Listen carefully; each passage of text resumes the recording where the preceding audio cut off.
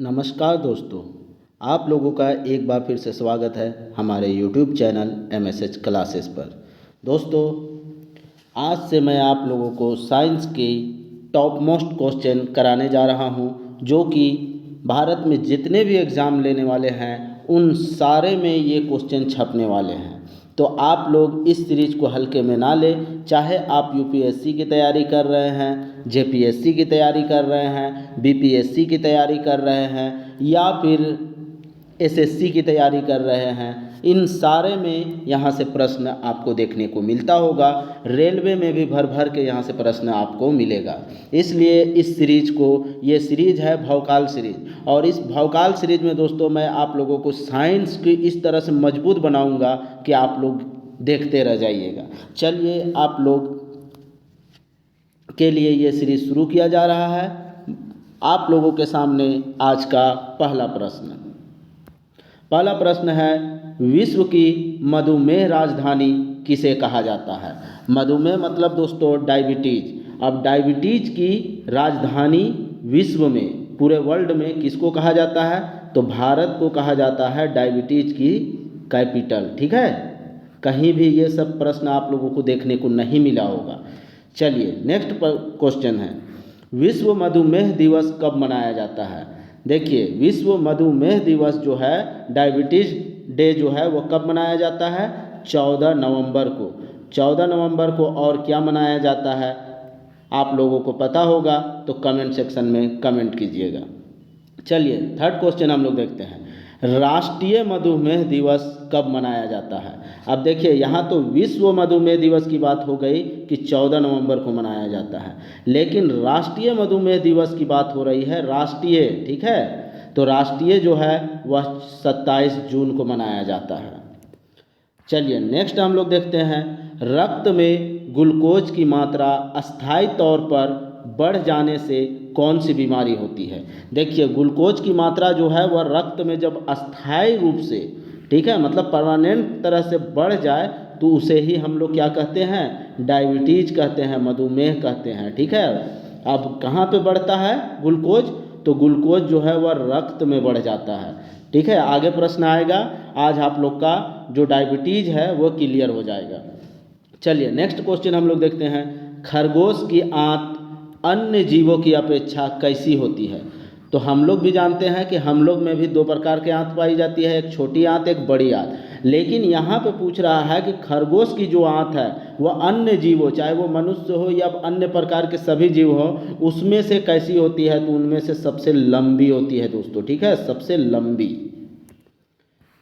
चलिए, नेक्स्ट देखते हैं, यूरिन में तीक्ष्ण गंध, यूरिन में जो गंध आता है ना, जैसे ही आप लोग कोई भी सरकारी भवन के आसपास से गुजरिएगा तो आप लोगों को वहाँ पे इतना महक आता है कि आप लोग अपना नाक बंद करते हैं।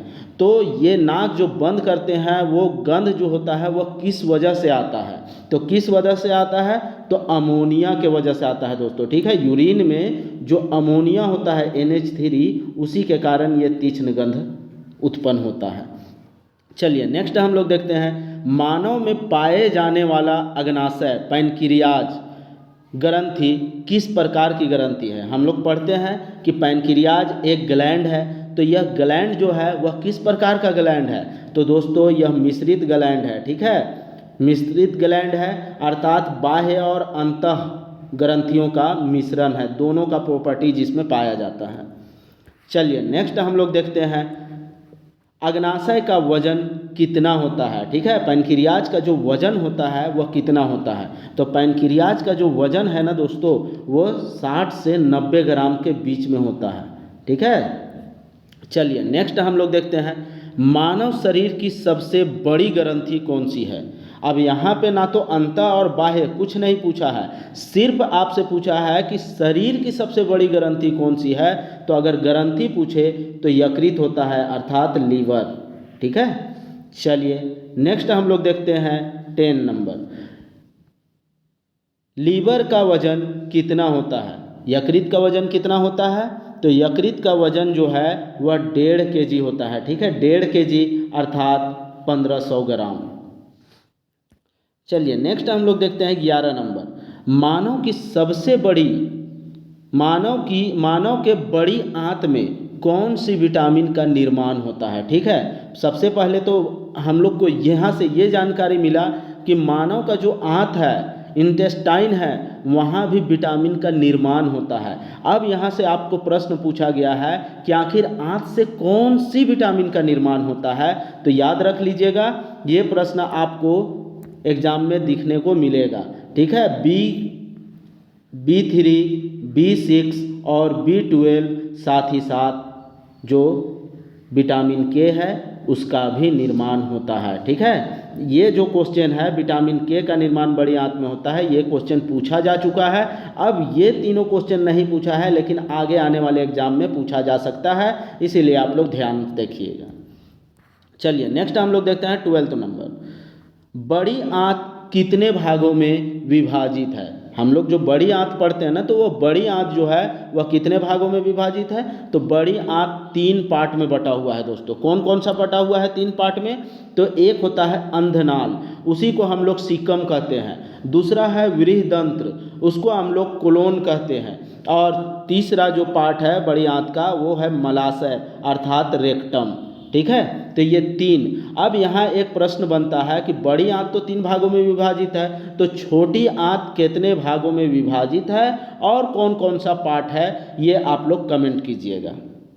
चलिए नेक्स्ट हम लोग देखते हैं 13 नंबर। मानव शरीर में नाइट्रोजन का उत्सर्जन किस रूप में होता है। देखिए नाइट्रोजन का जो उत्सर्जन है, उत्सर्जन मतलब कि बाहर निकलना, तो किस रूप में वो बाहर निकलता है। तो यूरिया के रूप में बाहर निकलता है दोस्तों। ठीक है, यूरिया और यूरिन के फॉर्म में ये निकलता है। ठीक है, चलिए नेक्स्ट हम लोग देखते हैं 14 नंबर। पीतवर्णन बाइल पिगमेंट कितने प्रकार के होते हैं। जो बाइल पिगमेंट होता है वह कितने प्रकार का होता है, यहाँ से क्वेश्चन पूछा जा चुका है, हर एक एग्जाम में पूछा जा चुका है। तो यह 2 प्रकार का होता है। ठीक है, कौन कौन। तो बिलीरुबिन और बिलीवर्डिन। ठीक है, यही सब के कारण से हमारा क्या होता है, जॉन्डिस होता है। तो जॉन्डिस इनमें से किसके कारण होता है, आप लोग कमेंट में बताइएगा। चलिए नेक्स्ट हम लोग देखते हैं भोजन का पाचन किस अंग में नहीं होता। तो भोजन का पाचन दोस्तों, संपूर्ण पाचन मुख से शुरू होता है और संपूर्ण पाचन आके छोटी आंत में खत्म हो जाता है। और जो बड़ी आंत है, बड़ी आंत सिर्फ जो पचा हुआ भोजन है उसमें से सिर्फ जल का अवशोषण करता है और मल को बाहर निकालने का काम करता है। ठीक है, इसमें भोजन का पाचन नहीं होता है। चलिए 16 नंबर देखते हैं। एक सामान्य वयस्क मनुष्य में, ठीक है, एक वयस्क मनुष्य में प्रति 100 मिलीलीटर रक्त में, ठीक है, कितने में, 100 मिलीलीटर रक्त में ग्लूकोज की मात्रा कितनी होती है। अब यहाँ पे देखिए एक सामान्य वयस्क मनुष्य है जो, ठीक है, उसके जो रक्त है, कितने रक्त, 100 मिलीलीटर रक्त में ग्लूकोज की मात्रा जो है वह कितनी होती है। तो 80 से 120 ग्राम होनी चाहिए दोस्तों। ठीक है, अगर इससे कम भी है तो दिक्कत है, ज़्यादा है तो भी दिक्कत है। चलिए नेक्स्ट हम लोग देखते हैं मनुष्य में कुल कितने दांत निकलते हैं। देखिए ये नया क्वेश्चन है दोस्तों। अभी तक आप लोग सुने होंगे कि बच्चों में दूध दांत कितने होते हैं और अस्थाई दांत कितने होते हैं, लेकिन यहाँ क्वेश्चन क्या पूछा जा रहा है, कुल कितने दांत होते हैं। और वहाँ पे भी ऑप्शन आप लोगों को एग्जाम में मिल जाएगा, 20 मिल जाएगा, 32 मिल जाएगा। ठीक है, इस तरह से क्वेश्चन मिलेगा। तो यहाँ पे टोटल कुल दांतों की संख्या जो है 52 हो जाएगा। 52 कैसे होगा दोस्तों, देखिए जो 20 है वह दूध दांत है। ठीक है, ये जब 20 दूध दांत जो झड़ता है उसके बाद फिर से पुनः 20 दांत निकलता है, तो इस तरह से 40 दांत हो गया। और ये जो 12 दांत है ये बाद में निकलता है। ठीक है, ये एक ही बार निकलता है, ये टूटने के बाद पुनः नहीं निकलता है। तो इस तरह से 52 होता है। चलिए नेक्स्ट हम लोग देखते हैं हाथी में दिखने वाले दांत किस हाथी का होता है। हाथियों में हम लोग देखते हैं ना 2 दांत दिखता है, तो वह दांत किस हाथी में दिखता है, मेल हाथी में या फीमेल हाथी में। तो किस में दोस्तों, तो मेल जो हाथी होता है उसका दांत दिखता है, फीमेल हाथी का दांत नहीं दिखता है। चलिए नेक्स्ट क्वेश्चन देखते हैं हम लोग, दांतों का रंग सफ़ेद किसके कारण होता है। दांतों में जो दांतों का रंग जो सफ़ेद दिखता है, वाइट दिखता है, वह किसके कारण दिखता है, तो इनेमल के कारण दिखता है दोस्तों। ठीक है, इनेमल के कारण।